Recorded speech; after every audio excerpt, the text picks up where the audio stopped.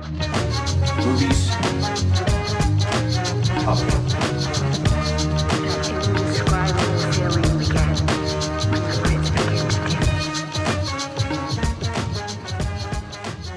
Hello and welcome to Test Pattern, a podcast about people and their relationship with movies. I'm Angus Truskett, and each episode I'm joined by someone I admire to talk all things film and get to know them through the movies that have shaped them. This episode I'm joined by Australian comedian, writer and actor Nina Oyama. You might know Nina from Utopia, Deadloch, or from seeing her compete on Taskmaster Australia, amongst others. Nina and I actually met at a movie, essentially. Yes. And that kind of feels like the most appropriate place to meet someone before inviting them onto a show about movies. So Nina, welcome to Test Pattern. Hello, thank you. Was the first time we met watching Friendship? I think the first time we'd arranged to hang out as opposed to like incidental meetings Yes. or, you know, we floated, like we'd run into each other at like foyers of workplaces and or Twitter. parties. I feel like we were part of like the Twitter community. I think we were that. Back in like 2016, like, you know, 10 years ago when Twitter was still a thing. I feel like Australian Twitter, like everyone that was on Twitter then was like all friends. Even though you never met them, you were like, well, they're my friend. Yeah, you would count them as your friends. You'd like their tweets, and then that was friendship. Like, yeah, well, Mom, that's one of my friends. Yeah, exactly. And we definitely, in that sense, were probably quoted in or like featured in the same BuzzFeed article about like, here's what people are saying about Tony Abbott and the Youngin. Or exactly, that we totally were. So in a way, we've been probably like best friends for 10 years. Best friends, screen partners, contributors. Everything. Essentially, we're journalists. I actually have a core memory of watching you do a live podcast. Oh, yeah. The Entourage podcast. Oh, yeah. I love that you said, oh, yeah, and you didn't even know I was going to say Entourage podcast. But yeah, I like have this, because you used to have an Entourage podcast, or is that something else? No, we kind of, we had one, and each episode of the show was named after the corresponding episode of Entourage. So like the 17th episode of our show had the 17th episode of Entourage's title. Yes, okay. And then it culminated in a live show at the Giant Dwarf. At the Giant Dwarf. Which I attended. That's insane. Yes. Wow. And that was my first memory of seeing you as a person. Wow. Jen Fricker was in it. Tom Tilley. All my friends. All your friends. All people are in I it. don't know and just were on Twitter with. 100%. Yeah, no, I wrote it, and in like 48 hours, my co-host Andrew Levins was in Europe at the time, and he's like, "You got this, homie." And I wrote this like insane episode where they go to the Gold Coast, Vinny and the boys, because they're starring in a Steve Irwin biopic, and it was like a reboot. I honestly like have no memory. I just was like, "Oh, that's Angus Truskett," and then that has been banked in my brain. That's amazing. Ever since. Yeah. Oh, I had no idea. I found the script the other day while cleaning, and like got all the like people that were in it to sign it, and it's just funny that like I'm still doing essentially a podcast about Entourage, and they're like they're in movies, and like it's awesome. They're moving up in the world. Yeah, I like to feel like I'm a connector. Yeah, you know what I mean? You're a tastemaker, bro. I've been saying, uniting all the tasteful movie people. I wish you were in it. I think like someone I remember like Nakia Louie may have been like Bindi Irwin. I'm trying to remember. It was kind of crazy, but it was just like Gold Coast. I think Tom Tilley, who at the time was a colleague of mine, who is now I believe like a politician's like advisor or something. What? He played himself. He used to be so cool. He was like the newsreader on Triple J, and then he was like the guitarist in Client Liaison. Hey, bassist. I remember whatever. Well, I don't know. All guitars are the same. Come to on, me. man. This is I a don't movie care. pod, not a music pod. Exactly. Who cares about guitars? He played the trumpet in Client Liaison. Same thing. Whatever. Yeah. Same thing. No, he played himself. That was wow. What a core memory that you've unlocked for me. I can't believe you were there. I like to think that that night you were like, I'm never going to be in a Entourage reboot because I literally was like, how do I get up there? Like I was like, I can be funny. I was like, I'm not funny. I was like, how do I get in with these people? And then the answer was Twitter. I think I tweeted my way. Yeah, but I'm not funny. Like that was just like we were just but I didn't know that at the time. I thought anyone that was on the stage of Giant Dwarf was like the most hilarious person to ever live, and I was like, I need to get up there. That's a funny story, mate. We had a podcast for like 5 weeks and then just pitched a live show to Giant Dwarf. I don't think they checked that we weren't. Well, what it's worth, I never listened to the podcast. No, I just went to the live show. But it was just that stage, man. It was like being on the GD stage. Like I fucking creamed my pants when I got asked to do Story Club. I was like, you want me to what? You're like I haven't prepared this earlier. On the podcast. Yeah. I'm like, here's all my stories. Which one do you want to pick? But fuck, what a golden age. Wow. And now you work at the Golden Age Cinema. Wow, in a way, I am asked to still taste make for them. You know? I'm trying to steer it back to movies. Gold. No, that's great. You're such a professional. In that case, I'm going to ask you right off the bat, what was the last thing you watched, Nina? The last thing I watched was in full. It was Nirvana, the band, the show, the movie. Again, I watched it for the second time, and actually, it's really even better the second time because you know what's going to happen. So you're able to like watch all the. It's Nirvana, the band, the show, the movie. For those who don't know, is a time travel film. It's basically Back to the Future 5 or whatever. It's a Back to the Future type film, and so when you watch it the second time, you can notice all the little time references and all the things that happen throughout the movie. Where did you see it and who did you go with? I saw it at the Ritz. My friend James, it was his birthday, and he had this group chat when he lived in Melbourne. He just moved to Sydney. Happy birthday. Yeah, happy birthday, James, if you're listening to this. James Fraser, shout out. He's an actor. Is he big on Twitter? Would I know him? No, he was not big on Twitter, but he's big on X. He played he's big on 4chan. He's an incel. He's big on Truth Social. It's a real good time. Yep. But he's like an actor. I think he was like played Russell Crowe's son in a movie once. Anyway, he has this. He had a group last chat. episode we were talking.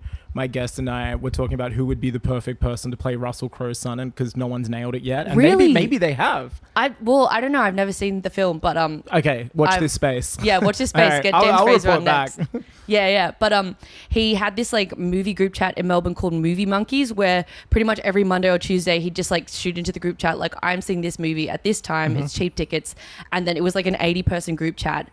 And then someone would come and someone would be like, yeah, I'll see that movie with you. So he just started the Movie Monkeys group chat in Sydney, and out of 80 people, I think 10 people showed up, including me. Wait, was it the same members in the chat? No, different members. Okay. He has like a Sydney cohort. That's amazing. Yeah, that's amazing. Did you see it when it was out last year at South by? I did. Yeah. It was like one of the best screenings I've ever been to. Yeah, Do you remember when people were like cheering for every ad? Yeah, there would be like a guy the Nissan talking. ad. Yeah, a Nissan ad. And the car comes down the corner and everyone was like, wow.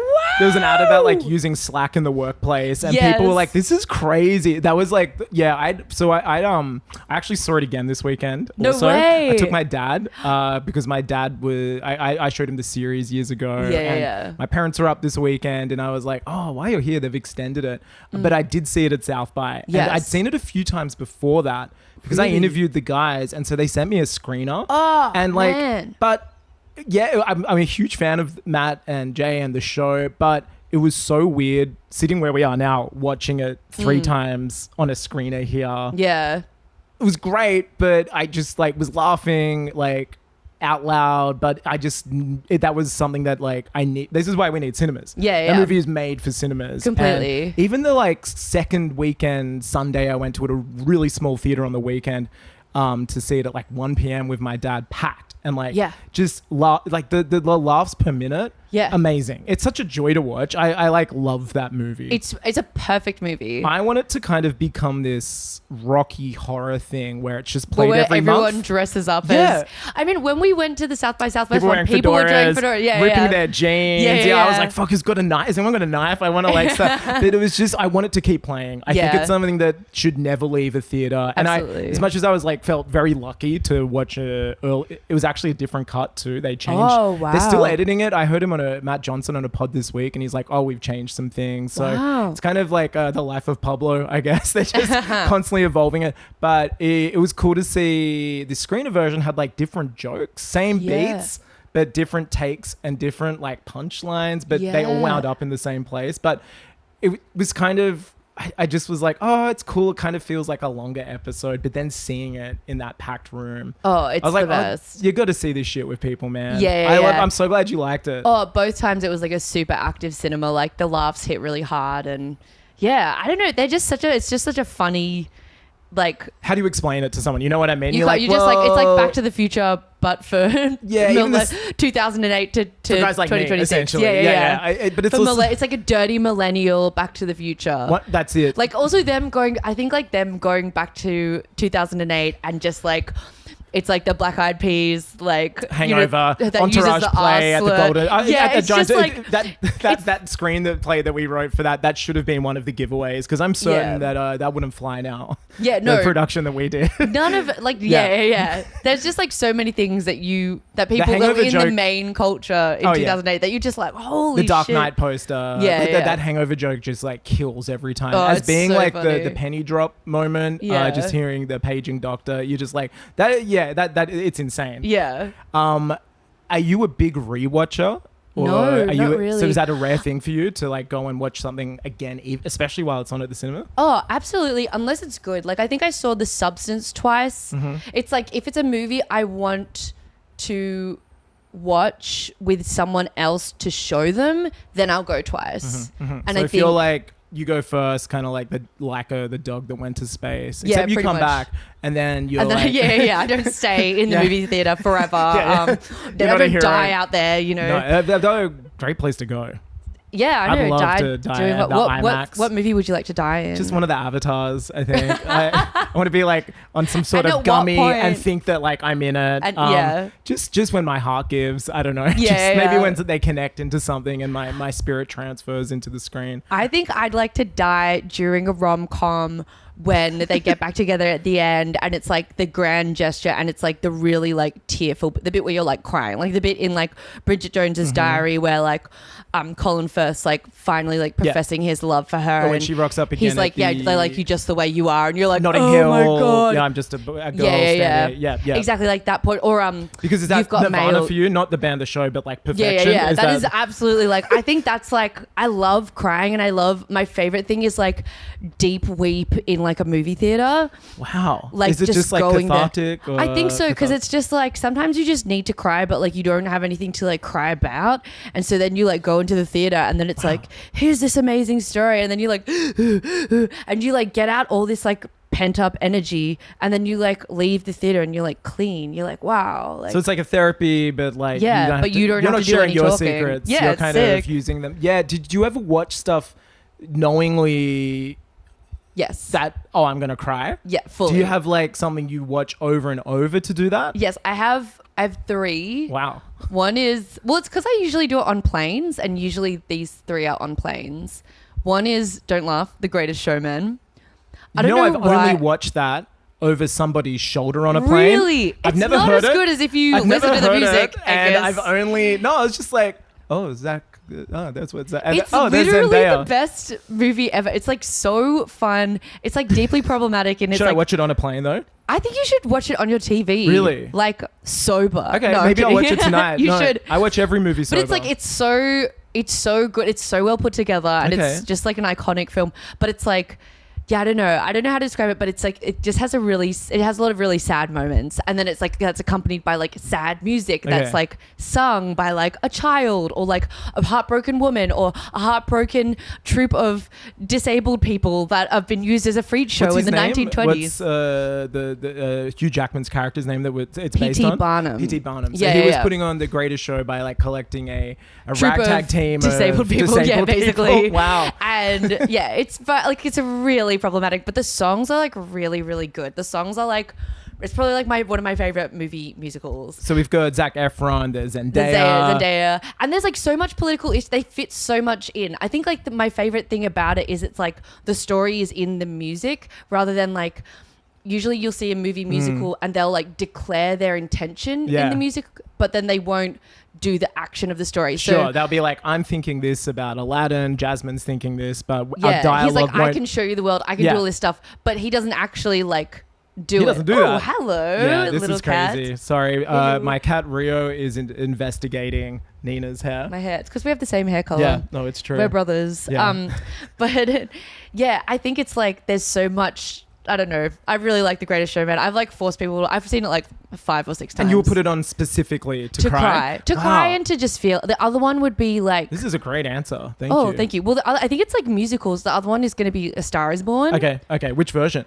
The Bradley Cooper version. Gaga? Yeah, I actually haven't seen the Barbara Streisand one. I really want to. I love the Coops Gaga one. I think that's like a really good movie. It's That's like really well it's pretty done. close to a perfect film. Absolutely. Yeah. And it's always on a plane. It's always on a plane. And I always want to cry on a plane. I don't know why. Is it I'm the like, ending that gets you, or is it the pissing his pants on stage at the CMA Awards? Oh my gosh, it's like that. It's the ending. It's like, yeah, the dog when he. I mean, that's the hangs kicker, isn't himself. it? It's like- That's got to be the. yeah, like, but it's that's- also him choosing her and, you know, their fight as well. Like, and when he's so rude to her, I don't know. I just all of it, like, it's just a huge emotional B journey. Coop's best role.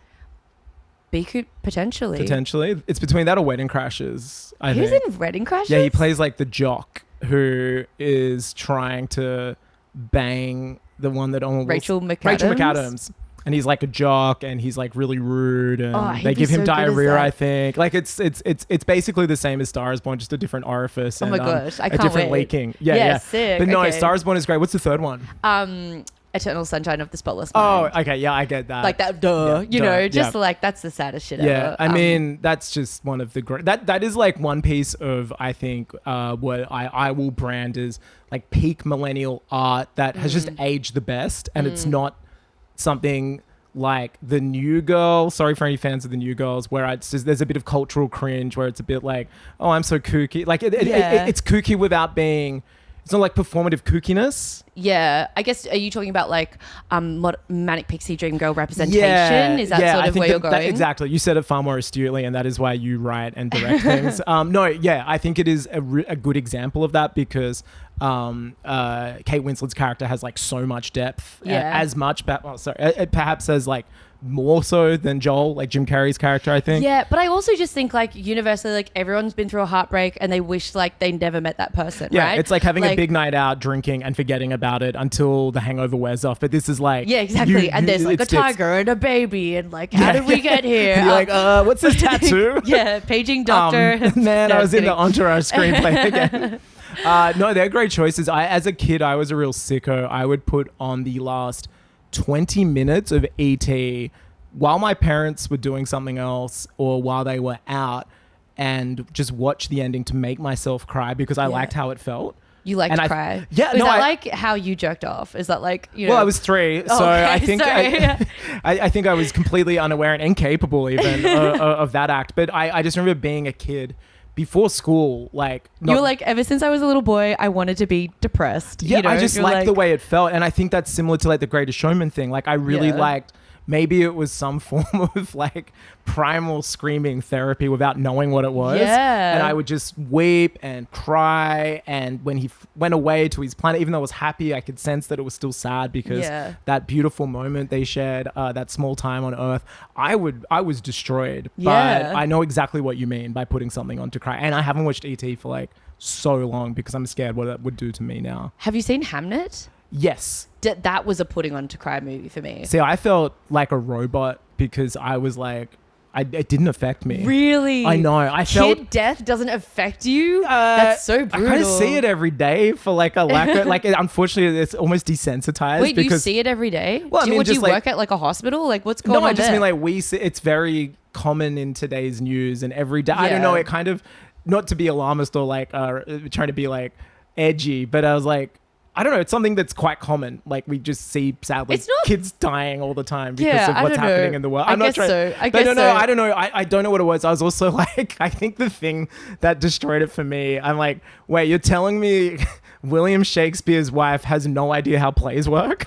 Dude, I loved that. I was like, because it was like, it's a new thing, you know? You'd think she'd be like, so what do you do? Like, but she was distraught. Like, I think I that know. makes sense. It made sense to me, unfortunately. and also the Max Richter song that kicks in, which is used in like so many movies when sad things happen, that it's kind of like a Pavlovian something sad. Oh, so now you're like, okay, something sad's gonna Well, happen. it's been used in Arrival. It's been used, I think it was first used in Shutter Island, and it's Well, always it when works someone... on me and it was used... Did you watch The perfectly. Last of Us? Yes. Do you remember when only Nick the first Offerman and his season. like partner... Oh, yeah, It's yeah. played there as well. So it's Yeah. whenever like very sad Sounds thing... like really good quality movies only use this sound to... It just felt like a bell being rung that then I was supposed to cry to. Yeah. And I just found it like every movie's manipulative. It's the Yeah, whole point of a that's the movie. whole point, But yeah. when they played that song, I was like, come on, you could have picked like an original song. Yeah. It really pulled me out of the moment. And I know I'm in the minority there because most people don't have that complaint. Yeah. But I really thought Jessie Buckley was great. I think was she's going to win an amazing. Oscar for it. I just love that, like, she was like, she doesn't get that her husband is Shakespeare. Like, it's just like, that's so iconic to be like, yeah, he's like writing these fucking plays and he he's goes to London and me. hangs like, out with actors. Yeah, exactly. What does he even, like, her not understanding that her husband is Shakespeare and like decentering him from this like narrative about motherhood, I thought was very I thought that was funny. cool. Yeah, I thought that was very cool as well to be like, oh yeah, the bard, like he's actually just a loser. And she's with like, he's not even processing his grief. He's just going back and he doesn't want me here. You know, I just was like, do you think that's she so thought funny. he actually had a job or was just like leaving to do God knows what and come back with like a sack full of pennies? Yeah, I don't know. I think she like understood that he was successful, but I don't think she knew what his job was because she's a wishy woman of the forest. I was gonna say she's like a she's she like was, a like, fairy. born in When a you spell it with an tree, bro. E, Yeah. she is the most obvious allusion to like woman is nature, and I Yes. loved it. And then I was like, that explains like why. And I know that obviously like Hamnet isn't real, but I was like, well, that explains why he's got all the witchy shit in his plays all the time. 100%. No, wait, it doesn't. Oh, I thought no, they did have a son called Hamnet, I think. No, they did, but also just like, you know, like Macbeth has like the 3 witches, and they have he like he like gets them to play them with all her like witchy things, and I was like, I thought the kid was great, Hamnet. The kid was incredible. I was Yeah. like, where did they find that kid? Turns out he's the fucking brother Yes. of the other Hamnet. Yeah, the one Yeah. that's playing the one in like when they're rehearsing and you're seeing Yeah. him in the play. Yeah, I was like, no, that's the most talented family. He's the next Timothy Chalamet for sure. I also think there's something with like British child actors at the moment that Yeah. I don't know what they're putting in their gruel, but they're Dude. killing it. It's the kid from Adolescence. He's so good. Have you seen Wuthering Heights? He was the best actor He's in the it. best thing about Wuthering Heights. It's crazy. I was like, I wish it was more about. I wish the whole movie was them as kids. Literally. because they at least the had rest chemistry. Exactly. And the rest of the movie is shot in like Santa's snow cave. Like it's so poor. It's sucks insane. ass. I saw an early screening of that, and it was back to back with like the new Elvis documentary. I had to like watch I'm them so both. sorry. But like the Elvis thing is such a joy, and you're Yeah. like, this is so, it's bright, it's fun, it's Yeah. blah blah, and I'm like stuck in this tiny theaterette, and then immediately afterwards was that, and I was Yeah.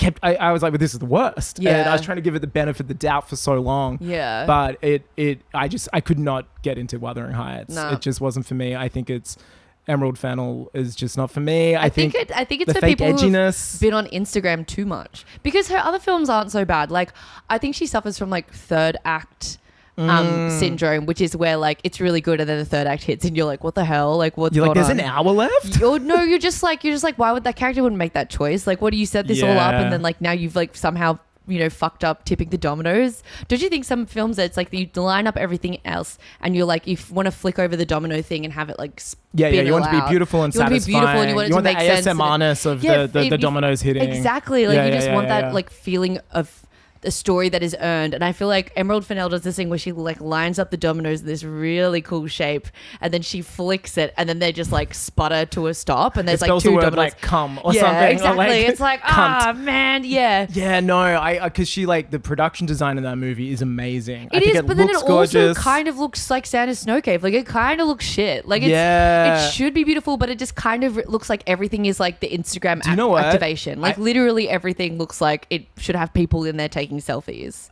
That's whole really house. interesting because this isn't my original thought, but I heard somebody once said recently talking about A wise man would Confucius say. Someone said that movie looks better in its stills. Like its production Yes. stills actually look better than the finished film when it's in Yeah. motion. And I think Yes. there is this Santa's like Yeah, it's quality to incredibly it. flat and cold and not. Yeah. doesn't feel true. Doesn't and feel that like you know someone they did were that. making such a big thing about song and dance, like, oh, this is all practical and stuff. And it's like, Yeah. is it? No, I don't. It just feels like it's all shot in studio. It Even does. if it's not, it has like a flattened studio quality. Except for like there are certain images that are really powerful, but I don't like the leeches at the end. Oh yeah, that's so That obvious. stuff. You're just like, okay, I get it. But like, yeah, it sort of and was the, like- and the snail and the like But trail. I like that when it's rewarded by sexiness and like frisson. Very unsexy movie. It's a deeply unsexy movie. It's just a very moist movie. She's like, Yeah, look, that's the moist best. hands, and you're like, yeah, but But where's the fucking moisture coming from? electricity? Yeah. Yeah, no, there are some shots I love. Like I love the the bedroom with the skin and the freckle. But even then, I'm like, you did not use that to your full advantage until the fucking, like, I'm like, I want to see like Jacob Elordi fuck nutting the wall. Yeah. Exactly. Yeah, exactly. I want to see cum on the fucking freckle of the wall. Like, I want to see like hands running up and down the wall. Like, I want it to be like basically the half a glory all the hole sex within the wall. Exactly. It's got to be like her vagina is like the bed or whatever. You know, it's just like, and it's such a cool idea, but like I think she just didn't get freaky enough. I agree that it's like a millennial woman's version of freaky, and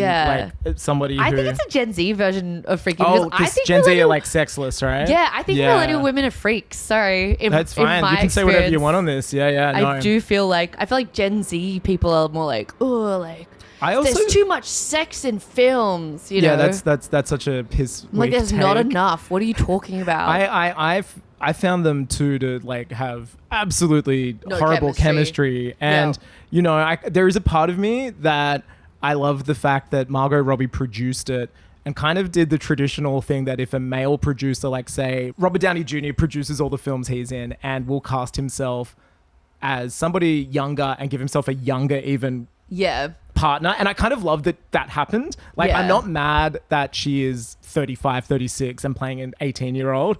I like kind of like that she's like mad. Well, I'm just kind of like, oh, I get it. Like, guys do it all the time who make movies. And there was a part of me and that was kind of like, good for her. I think it's like ugly guys who do it. You know, it's like, what's that guy who did Chef and John Favreau? Who funnily enough directed Iron Man, which stars Robert Downey Jr. Exactly. and so he like Scarlett Johansson, who plays his kind of love interest or muse. No, you're right. No, he plays Scarlett Johansson plays his muse, and then Sofia Vergara plays his wife, and it's like, I think this is why I don't think it's a reclamation of feminism, because Margot Robbie is so hot, Jacob Elordi is not out of her league. It's very believable. It's like you have to get someone who like Jacob Elordi would be like so far out of their league, and then that's like a reclamation of feminism. You know? No, I see what you mean. Like the woman who played Aunt Gladys. Like if she was fucking Jacob Elordi in a film, I'd be like, get it, queen, fucking get it. You know, if they put Instagram you are 18. I'd be like, go forth and conquer, bitch. Even like Hong Chow, I'd be like, get it, fucking get it, queen. But far more interesting. Margot Robbie's like perennially hot. You know, she literally played She doesn't Barbie. look 18, like, but she plays like Barbie. the hottest doll, and yet they still put these like a sexless doll at that. One that does not have genitalia, much like how this movie felt. They felt like Ken and Barbie kind of. They really did. I mean, it got people talking and it made money, and that's always Australians were in it. I think there's sort of this thing where you're like,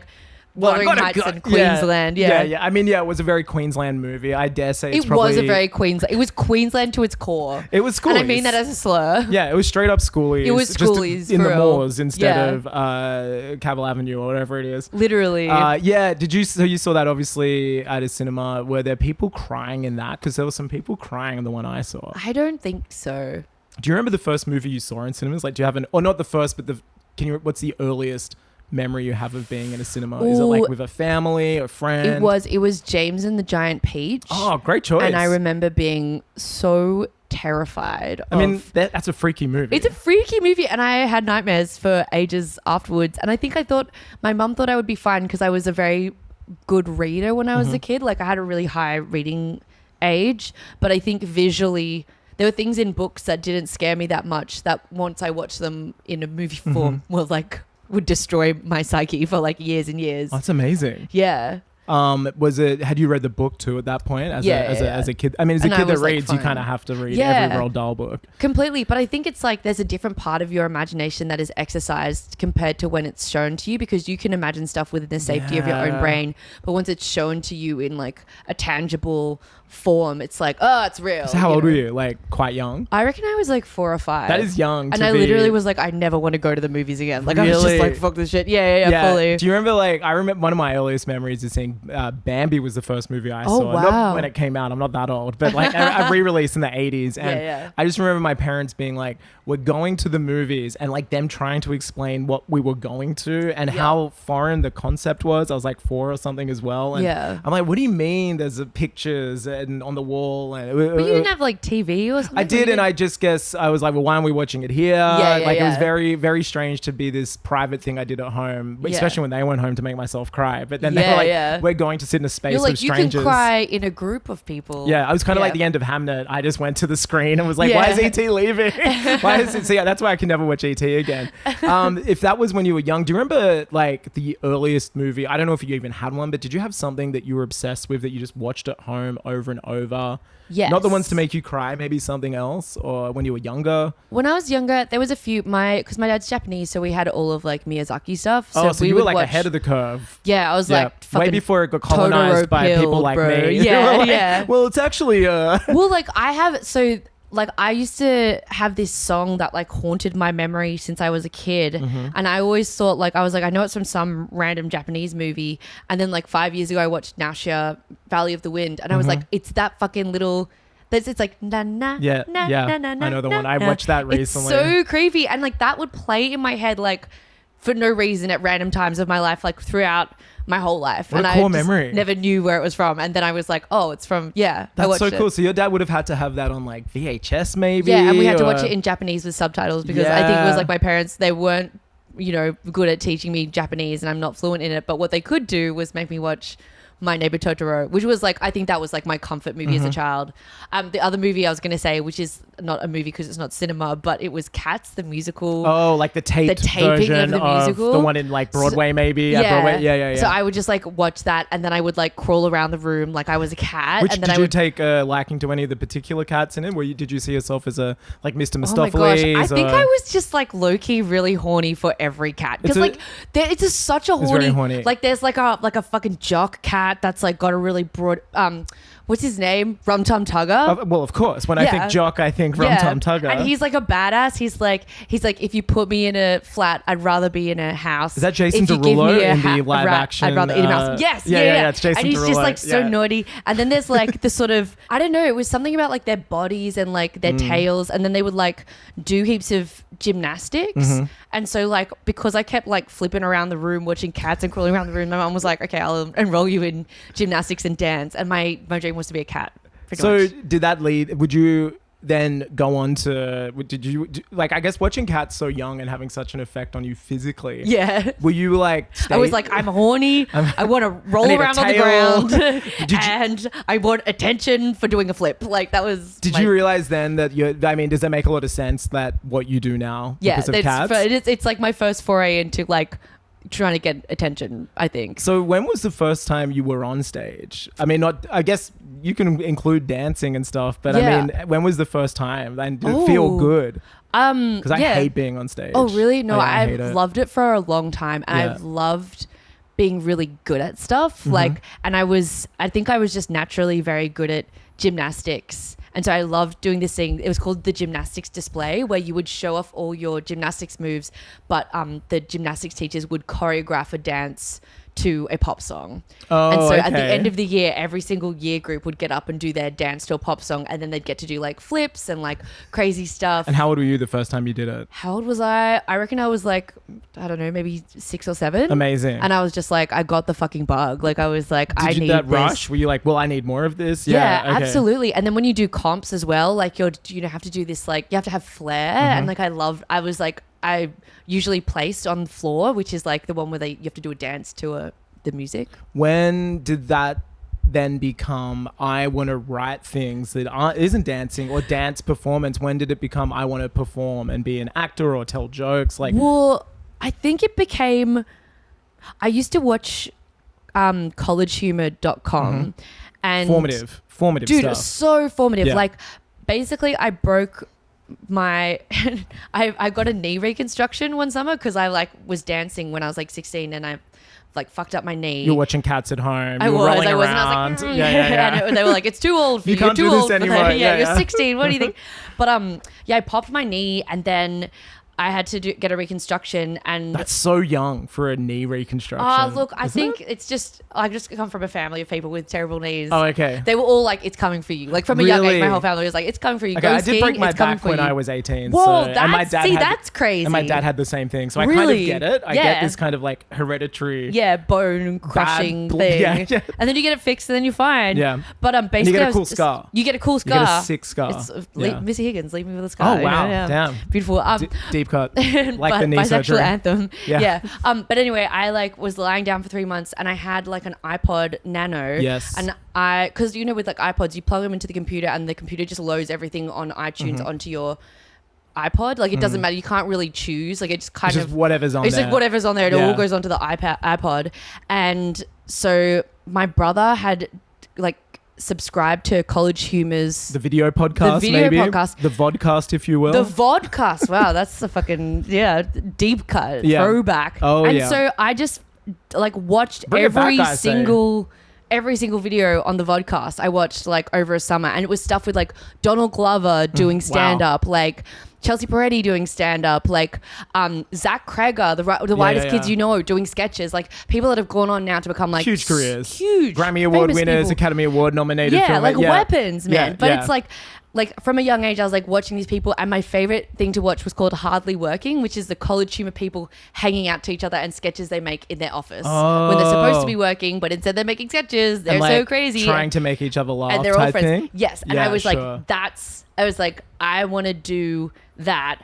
And I was like, to do that and to get into a group of funny friends making comedy all the time in New York, in a skyscraper, I was like, I have to start somewhere. I'm going to start doing stand up. Because you were in raw comedy, weren't you? Yeah, Or no, I the one wasn't in that- raw comedy. No, is there another type of thing like I that? was in Class Clowns. Class Clowns, the younger one, right? That's the one I baby meant. one. Yeah, yeah. But I didn't get to the finals. I only got to like state or But was that something. a huge experience that you were like, oh, this feels very normal for me, telling jokes in front of strangers? No, I think it felt good to be on stage, but I think I don't know.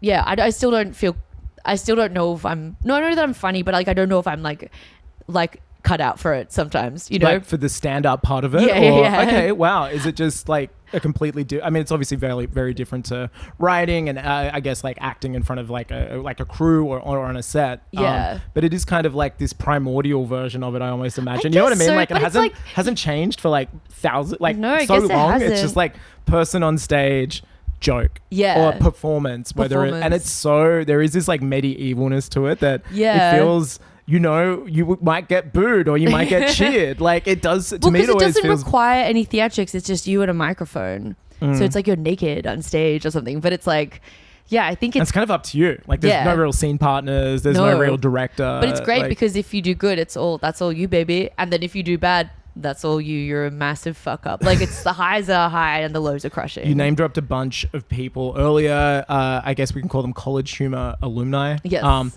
But was there somebody that, in particular, that you looked at that you kind of saw as a fantastic example of somebody that went from that stage to maybe writing to maybe in behind the camera, in front of the camera pipeline that you were like, oh, that person did that.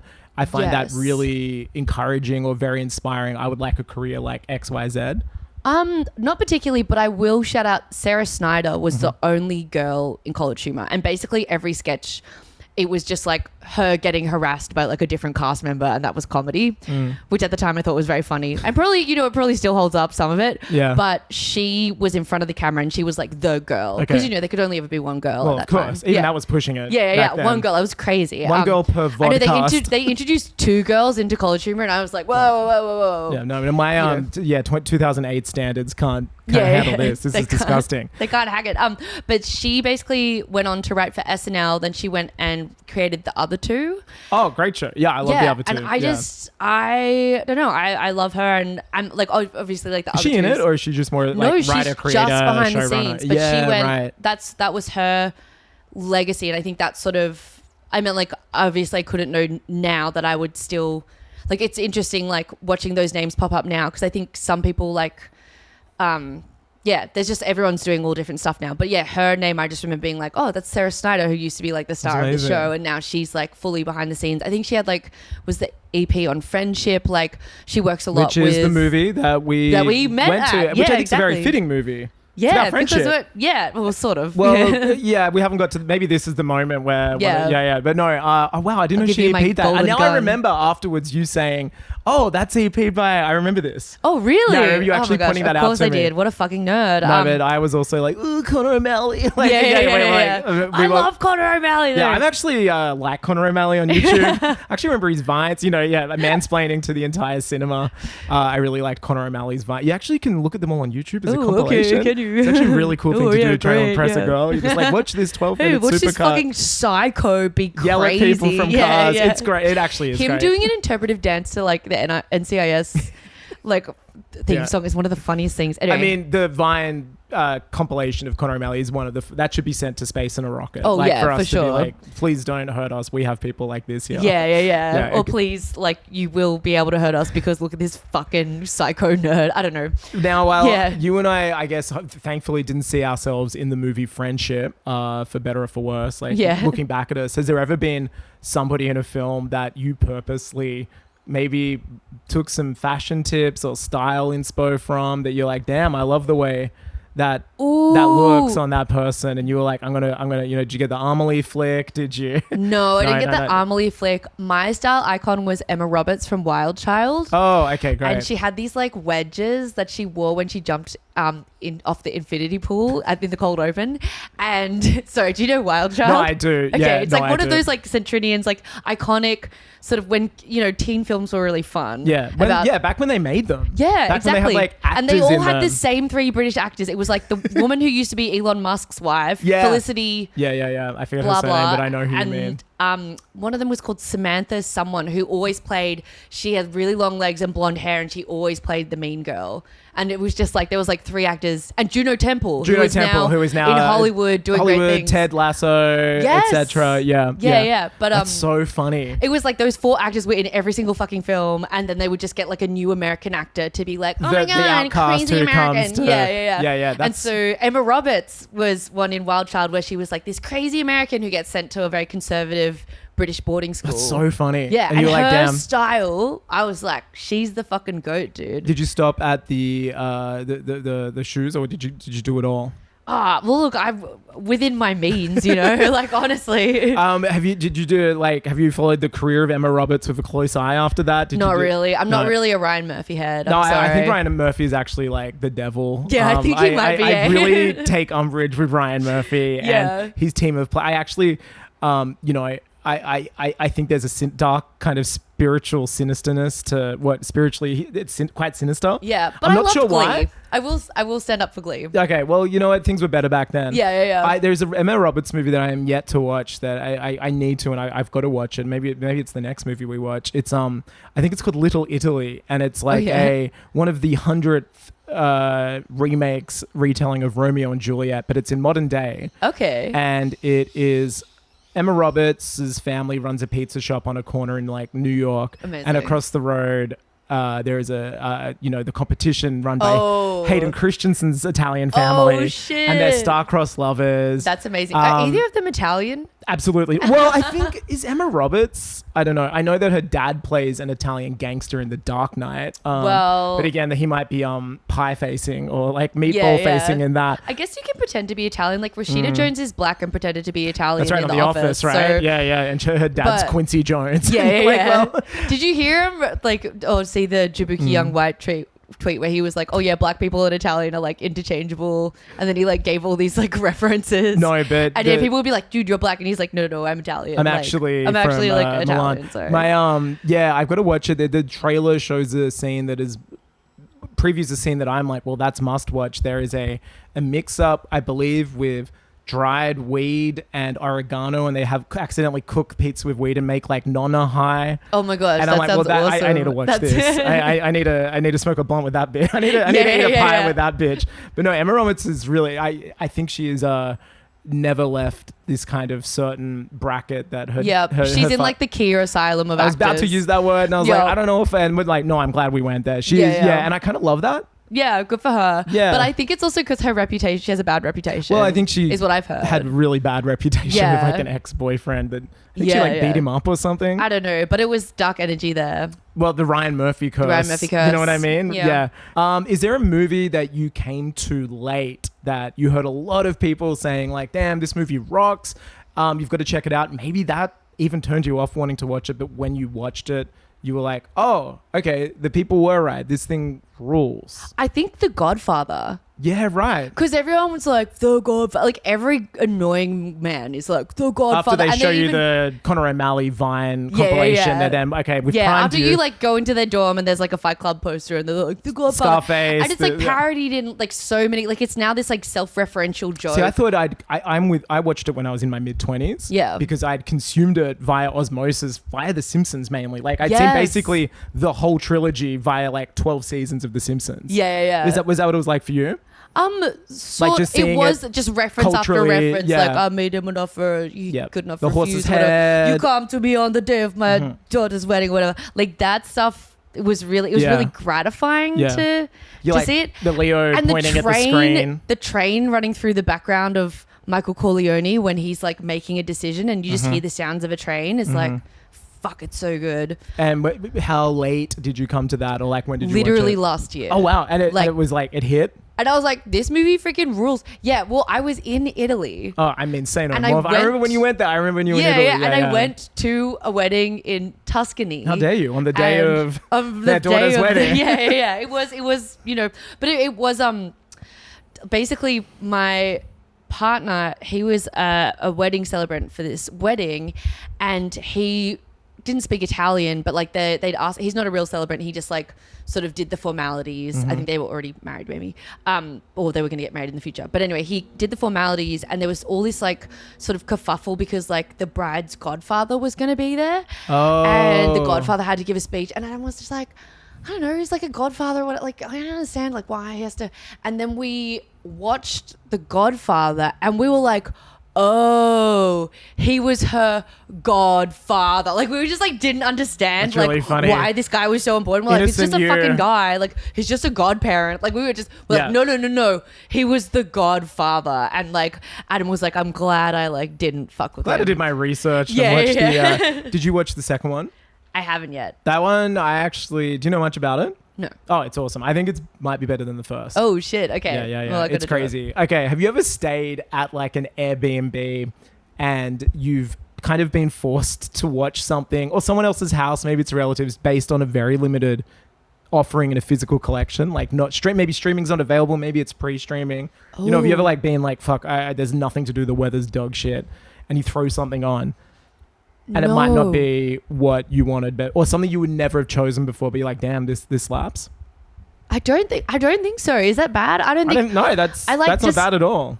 Sometimes, like, I remember watching Wild Hogs under those circumstances. What's Wild Hogs? Wild Hogs is the movie about like William H. Macy, Tim Allen, John Travolta, and Cuba Gooding Jr. And they used to be like bikies, and they're all yeah. like suburban dads now, and they like get together for one more ride. Yeah, and it's awesome. It's just like slop, but it's also like I would never have watched that by choice. It was just because I had like limited selection and was kind of Yeah. Stockholm syndrome in an Airbnb and had to watch it or like speak to somebody. You know what I mean? I'm like, Yeah. well, obviously I'm chucking on Wild Dogs on DVD. Yeah. Well, I think like Wild Hogs. Sorry, Wild not Hogs. dogs. Yeah.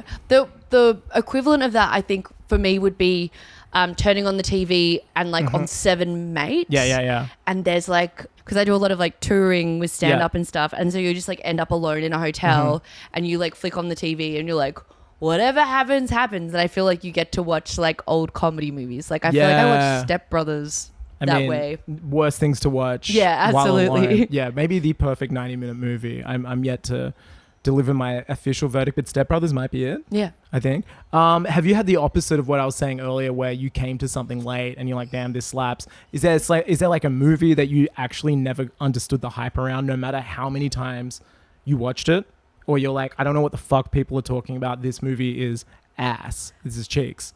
I don't think so. I can't think of anything that comes to mind. Not even the which I feel movie bad. that you walked out of the other night when I was there. Oh, and okay. Well, we can say that movie, Yeah. but I feel like I've had that No, actually, no. I feel like I've had that with 2 movies recently. Oh, Where okay. I walked out of 2 movies. I've never walked out of a movie. Really? Yeah, I guess I'm not dramatic enough. Like I just I'm feel too like passive. this movie isn't respecting my time. Like, that's my thing. I wish I had that. Actually, no. I can think of one. Okay. Death Becomes Her. Oh, okay. But I think it's because I watched it on a plane. Yeah. But also, I'm so locked in when I watch on a plane, and I just, for some reason, I was like, why does everyone like this film? Like, I understand that it's very There's camp. like a campiness, and now it's kind of being reclaimed. Well, it is like It now is. like It's a become queer like a classic movie. now. Yeah, a that musical. people- Sorry. Yeah. But I'm just like, yeah, I don't know. I think I just Was it the effects? Do you think that at the time made people go crazy, and No, now I they've think kind of it's just just- feel quite normal? I'm not used to Meryl Streep playing low status. Like, Yeah, it's hard to it's hard to watch. It's a hard big to watch leap. her and look, like, she's a great actor. She's the best to ever do it. yeah. I understand it is a bit of a leap. But you watch and you're like, is that Meryl Streep? Yeah. What's she doing this? Like, you're sort of, it's like watching a Ryan she's Murphy trying to get in with film, like Goldie you know? Hawn, right? Is that what Yeah, she's yeah, trying it's to do? Goldie Hawn, and they're fighting over a man, and I'm like, you Is it bitches Bruce are Willis? fighting over No. a man? Like, you guys are hot. Like, I think it just like, and then Isabella Rossellini gives Rossellini the like potion. is iconic. Sorry, but like She's amazing in that movie. She's amazing in that Yeah. movie. But It's like, kind of like The Substance. yeah, but I Because think she has like the potion, she she makes does, it young. and then they get the holes yeah. and there's stuff. It's But kind of substance. I core. remember watching it and like hearing so much about it and being like, I'm on like a 14-hour flight. I'm fucking watching finally this watching movie. Death Becomes Her. And then just like not connecting to it in any way. And I think like maybe I have to maybe watch it, maybe not on a flight, and maybe like lock in. But I think I just wasn't endeared to it. Like, I think it has more camp, like old school. It's more about, it's not about like the story or how good No. it is. It's about like the what it looks performances, like, and the it's about outfits, how silly it the is. costumes. Yeah. It is very like gothic camp. But yeah. I was just like, this movie is wasting my time. And then wow. I watched a different movie. Did you walk out of the plane? Were you I walked like, out of the plane "Can and I we stop?" parachuted Yeah, down, like- into the, it was crazy. That's really funny. That's You know, how much I hated it. No, we were at a movie the other night and together, and I didn't know this, but I did see someone leave during it. And just before we started recording, we were talking about stuff we'd seen recently. And you were like, I walked out of this, and I was like, oh my God, were you sitting in the front left? I Yes, saw I someone stand was. up and whispering to somebody else, like, basically the saying like, Testament of Anne Lee. yeah, It's the Testament of Nina Oyama. Yeah, my testament is that it's fucking, no, it's not, it doesn't suck. It's just like, it's like I just found it so hard to care about that character. And it's like, I gave it a good hour and a half. Like, it's not like, I didn't go in being like, oh, I hate this movie. Yeah. I went in being like, Let's I go. loved The Brutalist. Yeah. I love the Mona Fastfold, Brady Corbet combo. I love that weird kind of. I love how everything is about like a weirdly American dream. Like, it's about like, people.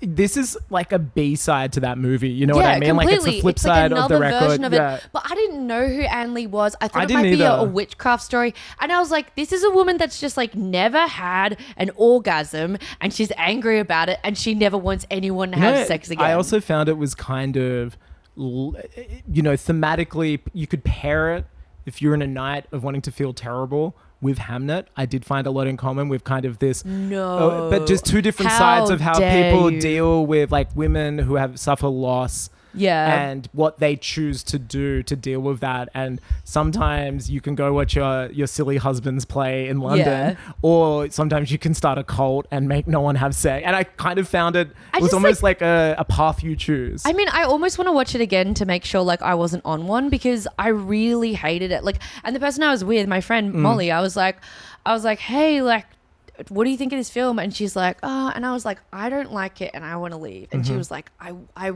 also agree. Wow. Okay. So I was, The and then I army was of like, two. well, let's get out of here. Yeah, exactly. Party of two. I just leaving. feel I've never done it because I'm like, I want to be able to comment on it, and I feel if I do, it's not like a meal where if someone serves me a meal, I could try one of everything and kind of be like, I understand the tastes here. Yeah, but I think there's only so much where it's like, where you just like, this person is wasting my time. Like, I'm wasting my time by sitting through this. Have you like sat through a film you wanted to leave, and the fact you didn't has now been like your kind of awakening to be like, well, I'm never going to do that again. I'm going to leave as soon as I get that inkling. I sat through like 99% of Die My Love.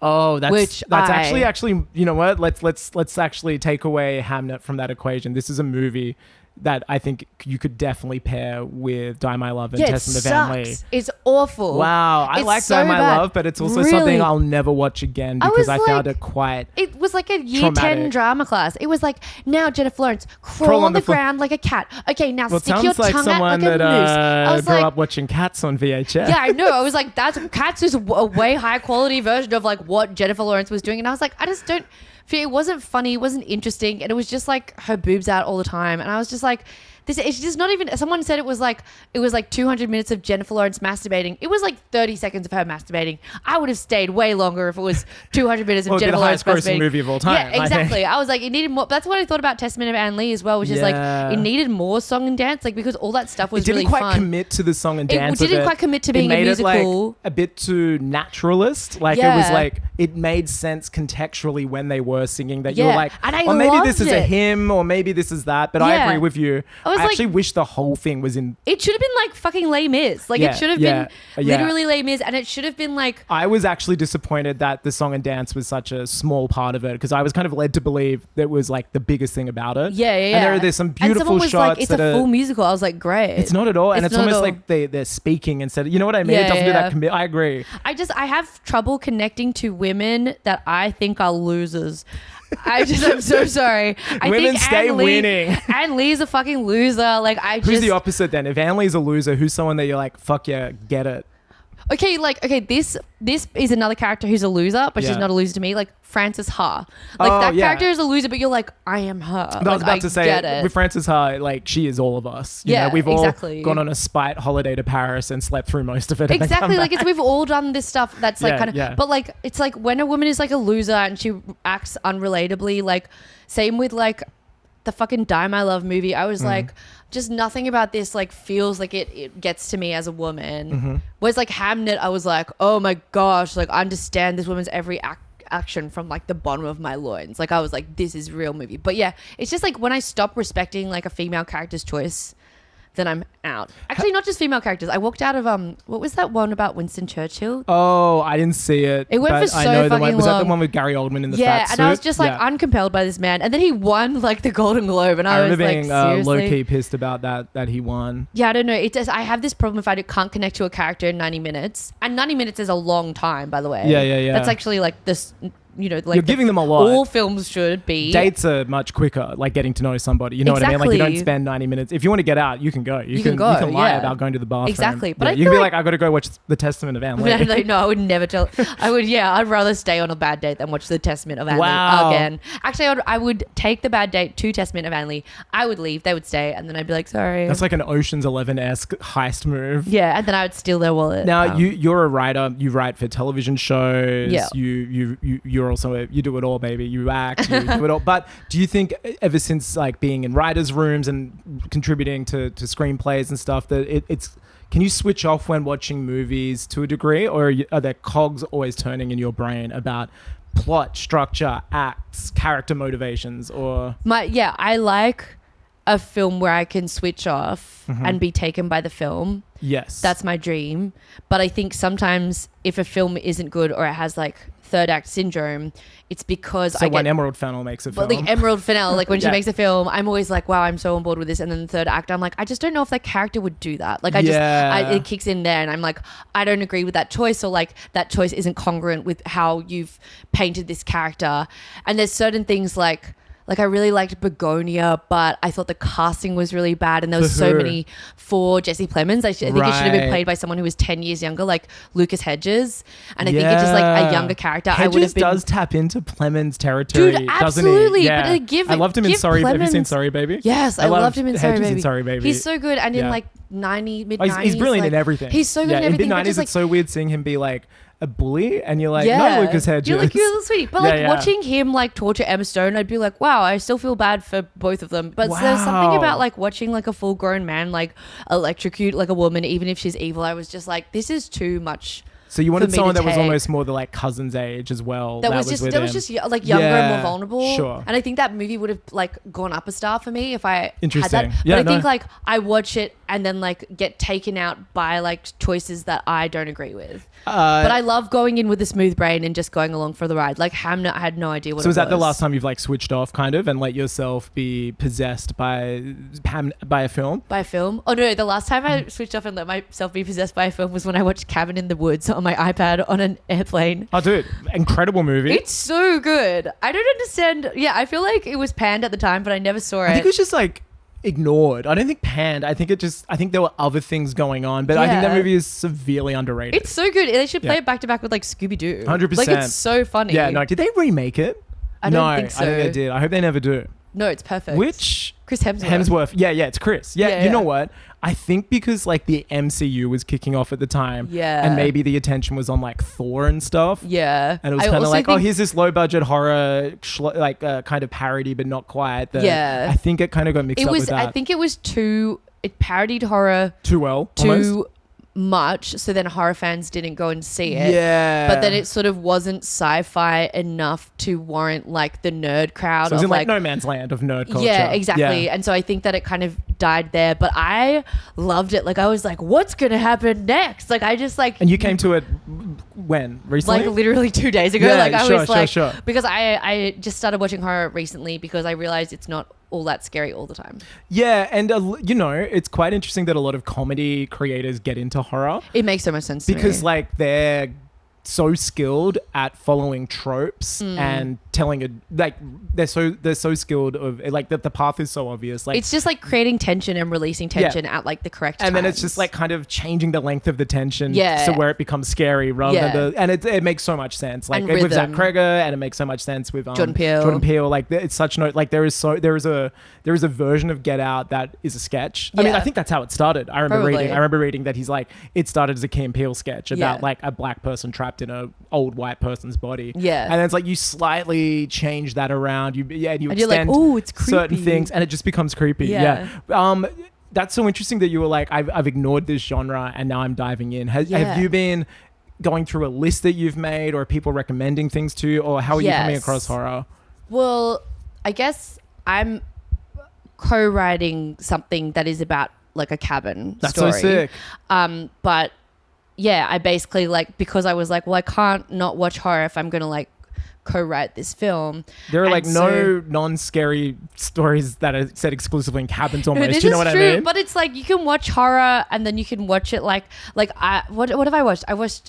I've watched half of Suspiria. Which I need to one? watch the very, very original one. They're both. I think they're both great. Yeah. There's a Luca Guadagnino kind of I really want to see it. It's really good because it's completely different, Yeah. even down to the end, like different choices. At I the love end. like femininity and like that intersection. Suspiria rocks. It's and the score is amazing. The Oh my gosh, Goblin okay. score, it's Yeah, so good. it's incredible. And then Tom York does the score for the new one. like- Really? yeah, Oh, he okay. did like a Well, soundtrack now I've for gotta it. see it. Yeah, they're both really great. I'm like a Damn. defender of the Suspiria remake. I know a lot of people are like purist and they're Yeah. like, no, you gotta. And I think it's such a great remake that Okay. definitely deserves attention. All right, I'm Yeah. gonna do it. So who put you onto that, or was that something you've just like That found was online? my writing partner who was Sick. like, well, we were just sort of like, what kind of movies and what kind of like vibe do we want? Sure. And we were like, oh, witchy. The Oh, it's lighting about in women. Suspiria Yeah. is so good. It's The incredible. dance school. It sounds like a path that you could have gone down where you were exploring. Yeah, dance and more horror. What else have you watched? I've watched both of the Zach Kregers. Yeah,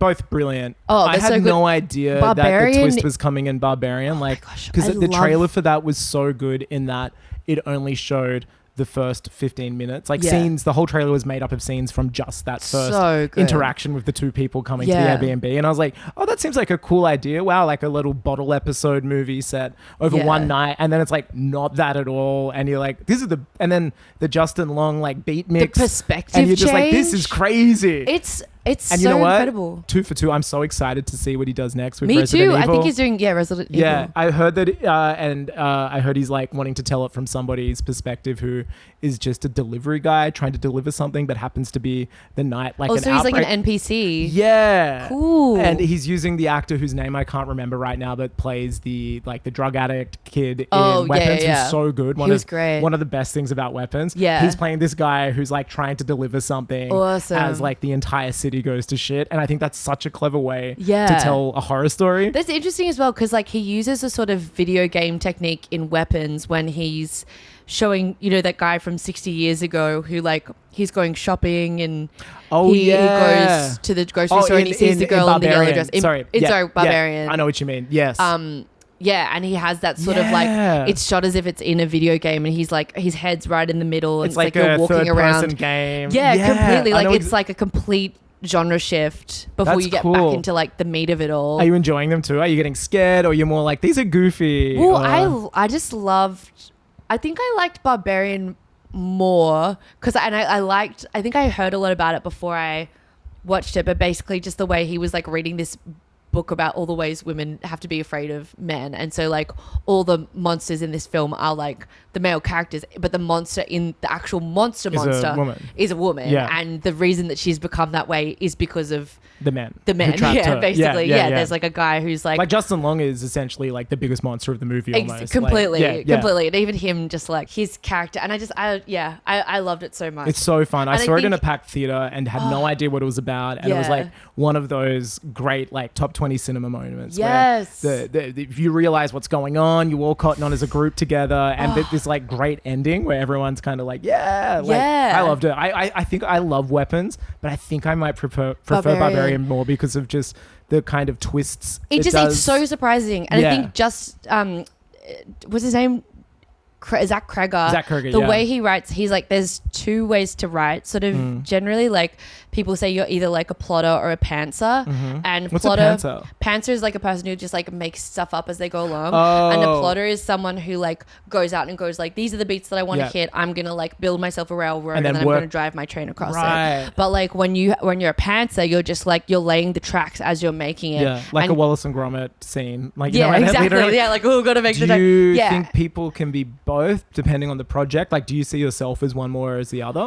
I'm like definitely a plotter, but I'm not against pantsing. Like often I'll just like have an idea of where I want to end up, or I'll have a theme that I want to explore, and then I'll just be like do, and then I'll be like, oh, it worked. But I don't think like I'm ever fully just like Zach Cregger, the way he writes is he's like, how do I surprise even myself? And I think with Weapons he was also like, how do I surprise even myself? Like how do I keep myself on these like tenterhooks? And that's why he like started switching perspectives and stuff. Like I don't know. I'm like, it never feels fascinated. Unsatisfying either when it switches perspectives. Sometimes I find the risk is like, oh man, I want to see what that person's doing. But what I loved in Weapons in particular is that you're just getting more information. You're getting more, and then like you would get back to the first character after it cycled through the 6 or so, and you're like, oh yeah, this guy, I loved him. Because you've been so in love with the like subsequent 4 character stories. And there's no like duds. Like it's like, so good. They're both such great movies, man. I love them. Do you prefer writing, acting, directing? I prefer writing. Yeah. Like but you're so good at acting. And I don't think I'm that good at acting. Season 2 is about to come out of Deadloch. Yeah, I'm so excited. Are you going to the premiere? I don't know. Are you going? I think so. I might have to go. I don't know. Yeah. Check that contract. No. I'll be there. I'll be there. But I like acting. Did you ever want to be an actor first, or did that kind of accidentally come after? Because you wrote and directed stuff a lot longer. I was sort of like an ugly kid, and like I was sort of told very early, like it was made clear to me very early that I would never be in front of the camera. Like that was just sort of insane. Yeah. To say to a kid. But it's sort of just like that. Like I had a sibling, and he was like a much more drama kid person than I was, and it sort of was like, well, Nina, like you're not that, so like don't even try. And I remember like trying to read his scripts, and is he older? My parents, no, he was younger. Yeah, wow. But like just parents being like, oh, you're so dramatic, like you don't have it, like just whatever it is that he has, like you don't have that, so just don't even. Like it's the classic. I think it's like all comedians is like they're just told that they're bad at stuff, and then they're like, I'll fucking show you, I'm gonna become a comedian, cunt. It's Muddy Supreme, but instead literally of ping pong, it's just people jokes. just like shitting on you, and then you're just like, oh well, I'll just like prove them all wrong.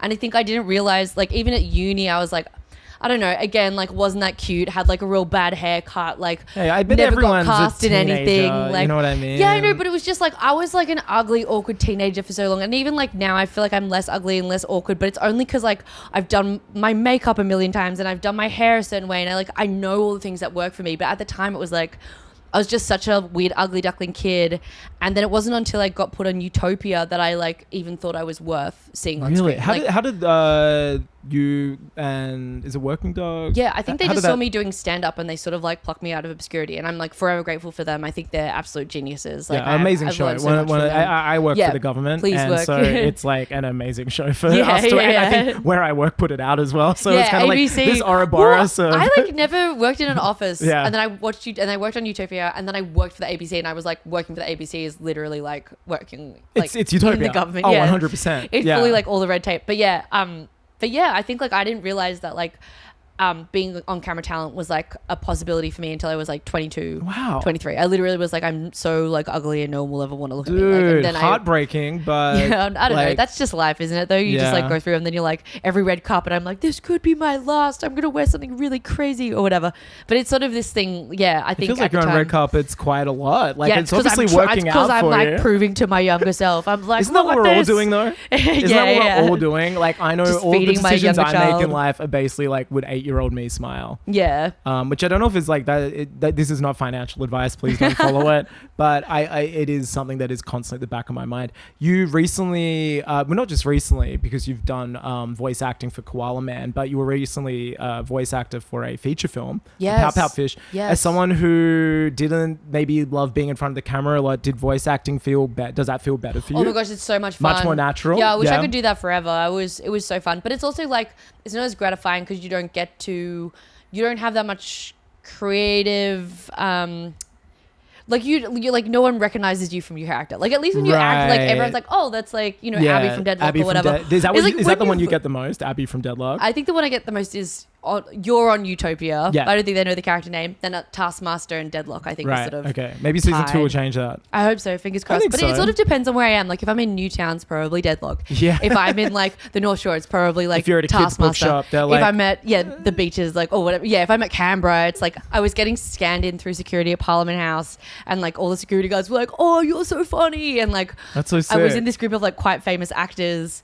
But I think the commonality that all the security guards like shared was that they all watched Utopia. It's prerequisite for someone that works in Canberra. Completely. I think. Like it's just exactly that vibe. Is that something you want to do more of, voice acting? I think so, but I think my favorite thing to do is writing, and like my dream is to basically just become like a showrunner or an auteur filmmaker where I get to make like cool films that I like that are like funny and also like devastating and like feature women being losers. Out of like anybody I know, you're the person that's going to do that. Like I think that is going to happen. I hope so. It's so sick that you get to do this stuff. It's because like so many people talk incredible. about doing it. You do it constantly. Oh, thank you. Like it's your job. Like that is so rare. It is my job, but it's so not. cool. It's like making your own thing and being like your own auteur. I think is like actually such a different skill because it's like most people that come up through that way like go through the short film process and then they like apply to this and they apply to that and it ends up.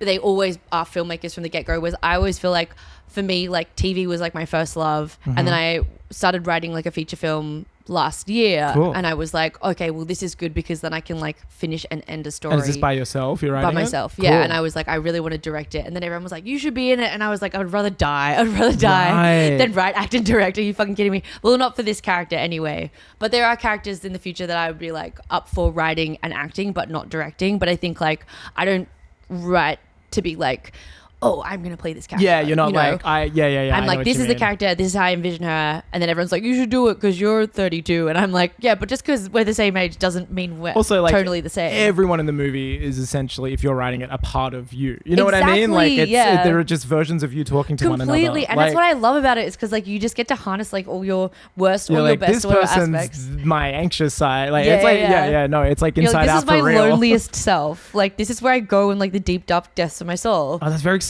And then you're like, this is my meanest self. Feature Nina Oyama film coming soon. Oh god, maybe in the next 10 years. That I think by the rules. time I'm 40, that's my dream. Yeah, that's a very achievable dream.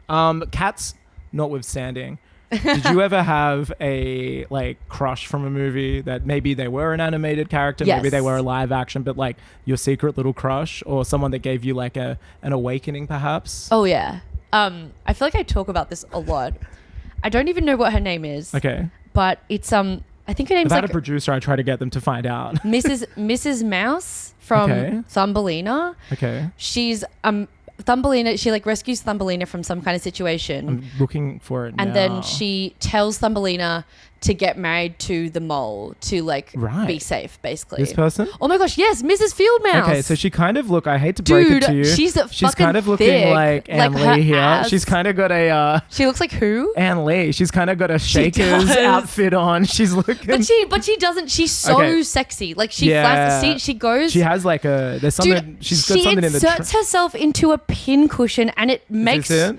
Yes, and her Yeah. look at her butt. Like her butt is I popping. think a lot of people share this awakening with you by judging by I these know, images. Not a single person I know has A, even seen Thumbelina, or B, wanted to fuck Mrs. Fieldmouse. But dude, like, look at her.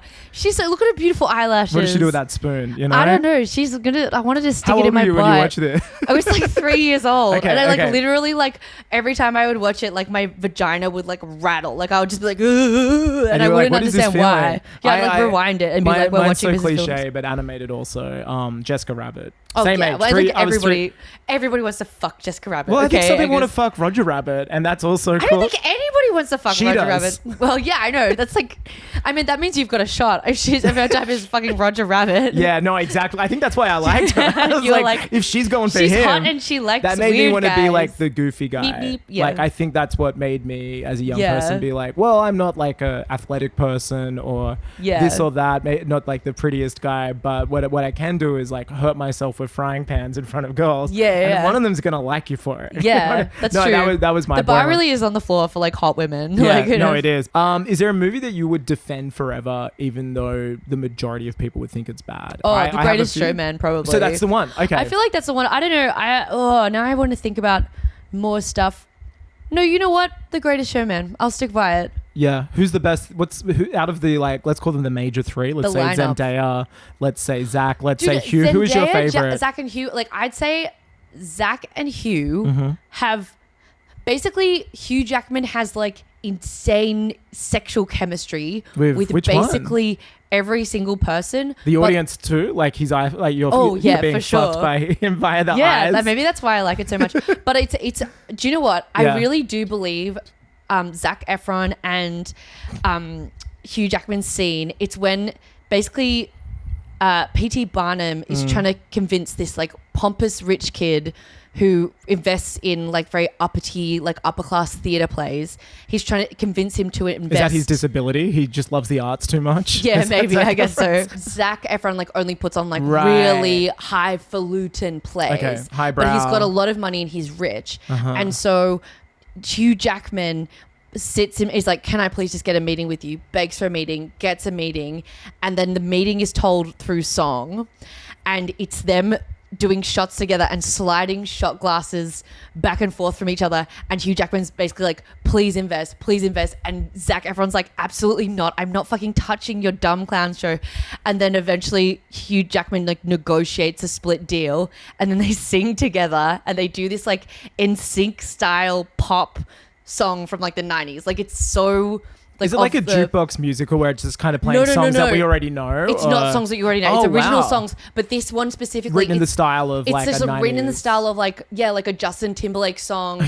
And it's like from like the mid 2000s or something. Like it's such a specific era of song, and the chemistry is like, it's like hated rivalry, like levels Oh, of wow. like two people that want to fuck each other so bad. Like I can't even explain. And they're like just two men like dancing on the bar and like twirling around each other, and it's like, to me it's like the dance of like Hugh Jackman just spends like a whole song convincing Zac Efron. It's like watching someone convince someone to fuck another person. Like, to be, it was like if two people, one person normally was at the this bar. stuff is private, but you're seeing like it in watching song and dance. it in song and dance between like two extremely hot guys. Do you think that are kind of gay?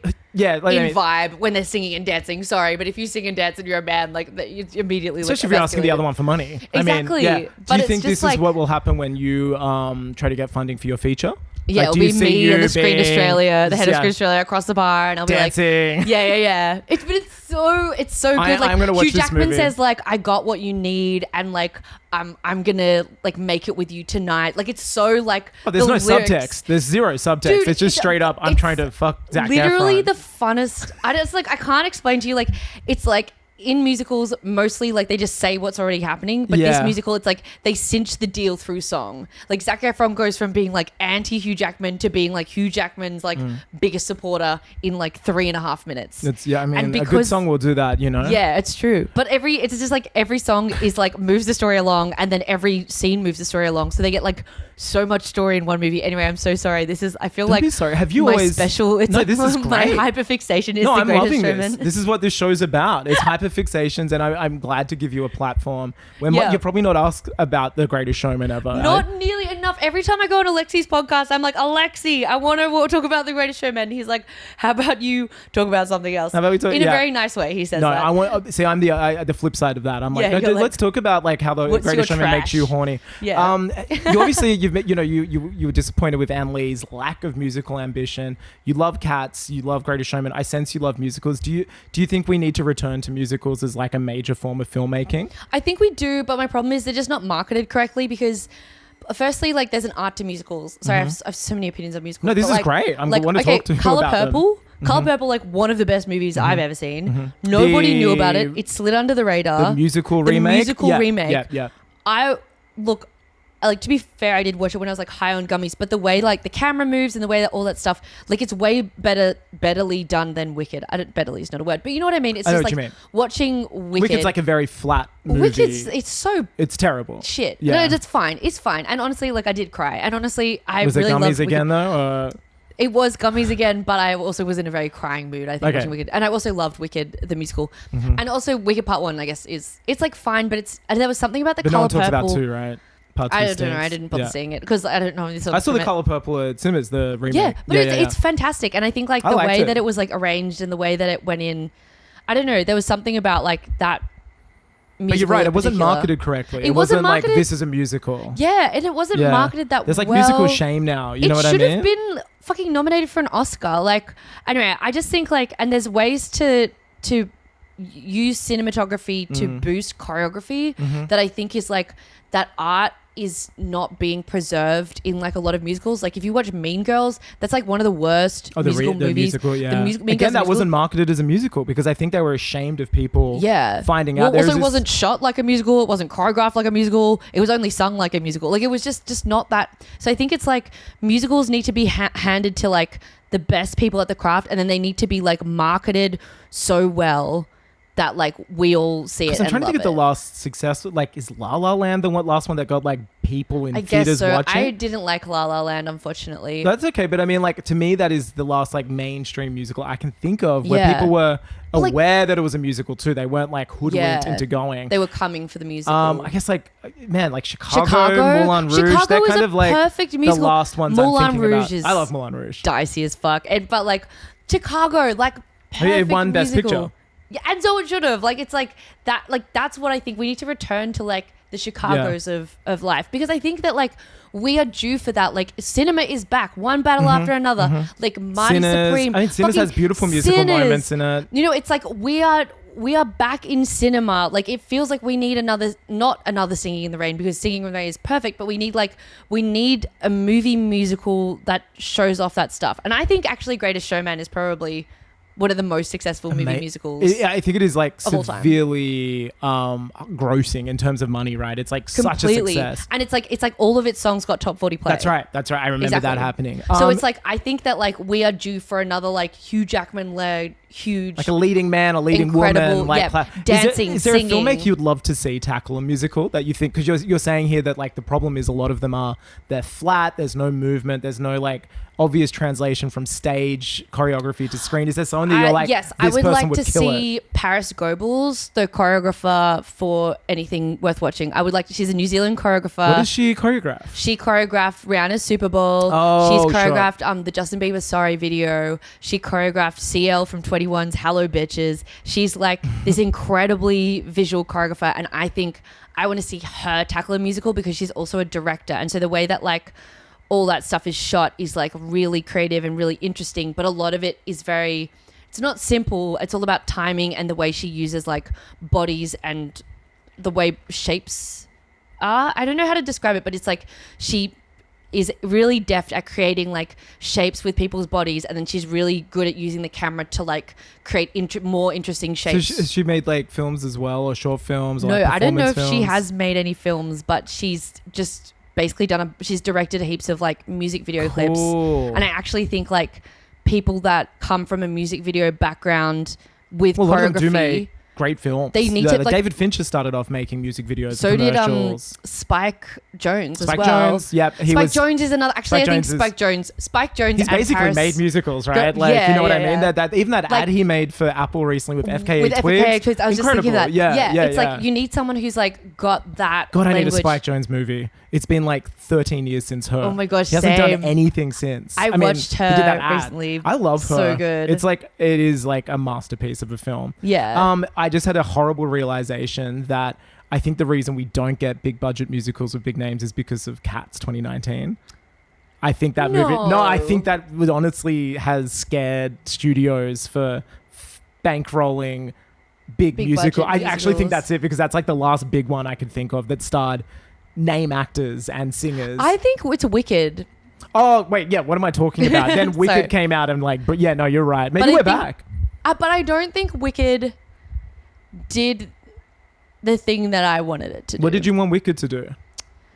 Well, as in like, Not be 6 hours as opposed to the stage Yeah, show, which well, is like, 3 hours. I think it's just like, I think what you want from like, Wicked is just too CGI'd. Yeah. It just didn't feel real. And I think that one cool thing about like, The Greatest Showman, my favorite movie, and also Wait, have you spoken Chicago. about that tonight? But also Yeah, yeah. Chicago, which is like, And it Moulin just, Rouge. They built I have And a Moulin family Rouge- friend that built all of the sets for that film. Like, that was exactly. practical They were all film. done on set, and Yeah. they're all like, it's all shot in a studio as Yeah. if it's taking place on a stage. Whereas Wicked, it was just like, oh, here's a green screen, here's a thousand munchkins, here's a CGI. Look, now she's falling. Look this, now that, and The it's like, monkeys, like nothing had weight to them. yeah, it didn't. Yeah, I know it what was you sort of mean. like, let's use It felt more AI like a Marvel to movie, I thought. completely. Wicked, it was like the Marvel MCU-fication of a musical. Yes. Like her hero moments when she's posing with her broom were just like when like Batman will pose. You know what I Yeah, mean? yeah, I found yeah. it like it kind of wanted to be, I think, more of a superhero movie. Exactly. It felt too. Have you seen too Steven large. Spielberg's West Side Story? No, I haven't. Okay, so that has all of the things that you're talking Oh about. my gosh. He is such a huge fan of the original. Okay. And it was kind of seen as this like risky thing for him to do. Yeah. Like, oh my and God. it flopped really hard, right? It flopped because it came out like during COVID. Ah. But I think it was nominated for Best Picture. I know it got like a lot of praise. Yeah. Rachel Zegler is like the lead. In Yeah. it. Theatre kid Rachel Theatre Zegler. kid Rachel Zegler. It's so good. Okay. Everything you're missing, that you like the way the camera moves in that. Okay. It's like Spielberg gets it. And Alright. it is like seeing an auteur do a musical, which is Okay. so rare. All right. Yeah, I highly recommend that. Okay, that'll be my I will next watch watch. Greatest Showman. Yeah. And you Also, watch West Side Story. A Star Is Born, I think, is also Oh yeah, that's a musical a film huge for musical. sure. But I don't know, because the music feels diegetic rather Yeah, than it's part of the plot. Like they're musical, working yeah. at a piano, writing a song Yeah. together. Yeah. Normally, I end the show by asking people who they would like to play them in their biopic of their life. If you are somebody who is rare, who is actually playing people I don't want to already. play me. Are you No, but I'm wondering, kidding me? who would you like to play in their biopic? Like, is there somebody in the world? Doesn't matter what they do. If they're a person of history, somebody you know. Is there somebody you would love to embody? No, because I'm not. I don't think of myself as an actor. I want to answer the other question. Okay, which who is, would you love to play you? Who would play me? Maya Erskine.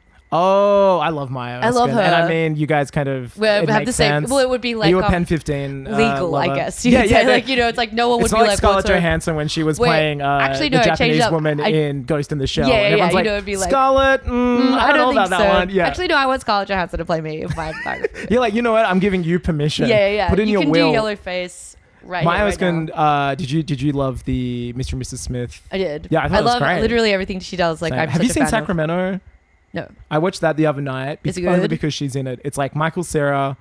It's her Maya husband. Erskine's husband. Yeah. And Maya What is Erskine's, his name? Like, I forget, but he's Jonas in. He was like a James, child somebody. actor, and then he was yeah. in Oppenheimer a few years he's ago. got a really cool last name. Yeah, he's got a crazy name. He's like Mark and they have a Dimichio one night or stand. something. Yeah, it's something like that. And they have a one night stand at the start in like a Mm. camp, like Maya and him, and Cool. then he gets like a year later, like, by the way, you're a dad, and it's like a road trip to go visit her. Oh, cool. Yeah, I really liked it. Okay. It's like a perfect 3-star movie. Great. It looks good. It feels like a movie that would have been like made every 2 months 10 years ago. Yeah. Just like that nice stylized mid-range millennial. Sounds like a great movie to watch on comedy. a plane. It really is. Yeah. But no, Nina, thank you so much for coming on. Thank you for sharing your deepest and darkest cat's secrets, your field mice. Thank I'm you. sensing like a 4-legged tailed theme. Yeah. Oh, well, like if I had a crush on a mouse and I thought I was a cat, like yeah, there's something. there's like a lineage there. Yeah, there's cats chase mice. Yeah. Life is just one big game of cat and mouse. Nina, where can people find you? Where can people see you coming Ooh. up soon? On Instagram, Nina.Oyama, I guess. And yeah, Deadloch 2 is coming out on March 20th. Yeah, this will be out before. Can you give anyone like a peek at something about it that you love the most? Look, I can't because firstly, we shot it like 3 years ago, So so you I forget. don't really remember anything. It's set in Northern Territory, Set right? in the Northern Yeah. Territory. It's set in Darwin.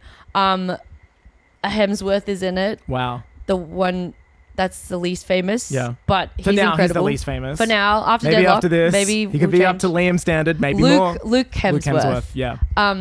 But he was great. I got to work with him, and he sort of speaks. Well, like I don't know. To me, he spoke exclusively in like 2000s film references. You know, like cool story, Hansel. Oh, And, like, sick. I love Lamp. So like that was. Was I he remember loving just Lamp? being on set, being like, "Go fuck yourself, San Diego," and he'd be like, and it was just like that was like I think the one thing that I felt like we had in Okay, common. well, he's immediately my favorite. Yeah, was he he ruled. paging Doc when they couldn't get Yeah, you? yeah. You're like, Paging Doctor. Luke, No, not that don't one. say it here. But yeah, he was cool, and he showed me like, there's a place where John Wick does gun training, like Keanu Oh, Reeves, sick. and he showed me on his phone. I thought you meant like he showed you the place. He's like, let's go to YouTube. He was like, so it's run by this guy who's got a cool name. He's like Pablo, whatever. Yeah. And Pablo like runs this like gun training place, and the John Wick guns were he builds specific guns for John Wick, like for stunt films. for stunt films. Okay. But then because like people and like who like guns like John Wick, so then he sells the guns from John Wick Oh, no as like way. rare like merch. Sick. And he makes like bank from that, and then he uses that to like bankroll this like training camp for celebrities who are getting into like action films. Sick. And then so Luke showed me his training, and then I was like, whoa. And he was like, you think this training is cool? Watch this. This is Pablo's wife. And then this woman in like a black catsuit basically is like flipping over like blocks, and like it was like real life Matrix Dream Ass shit. couple shit. Just like like and shooting, And they like just doing do this for live their- this is rounds. their job. And it's like the fake people that pop up behind everything. Oh, sure. A square hit in like the head, and she'll do like a backflip Every onto like time. something else. Like it was amazing. So yeah, I meant like, look, that's not a Deadloch spoiler, but no, that's kind kind of what the behind the scenes was like. Damn, he might be my favorite Hemsworth just based on Dude, that you story. should, if you can get him on the show, I think you'll have a lot of fun. Yeah, well, you know He's what? I might lovely. reach out to the good folks at Amazon Prime and see what I can do. I actually Hey. want to kick it with him. He Do sounds it. awesome. He's It's going to be lovely. tough being like not Liam or Chris. And so I can see why you would be really into like 2000s. Luke was really good in Westworld though. Yeah. Like no, it's you're so right. iconic. What's in the damn water in that family? I don't know. I've met Chris Hemsworth once shouted out my jacket. He said, "That's a really nice jacket. Where did you get Nice. that from?" And I told him. Where And, did you get it from? I just got it from like the Kmart. Pam store in Sydney, and Oh, he was like, nice. "Oh, cool." And I'm like, "They're Australian." He's like, "Oh, okay." And I was like, And then I he's think, like, I I think don't- we're friends." Thank you so much for coming on. I'm really looking forward to Deadloch 2. I am more looking forward to your feature film, but most of all, I'm looking forward to you bringing back musicals. Oh, thank you. Thank you for sharing all these stories. I'll do I feel that. like It's I a know lot of you pressure. better. But I'll do it. Oh, thanks, Angus. Movies. Popcorn. such indescribable feeling.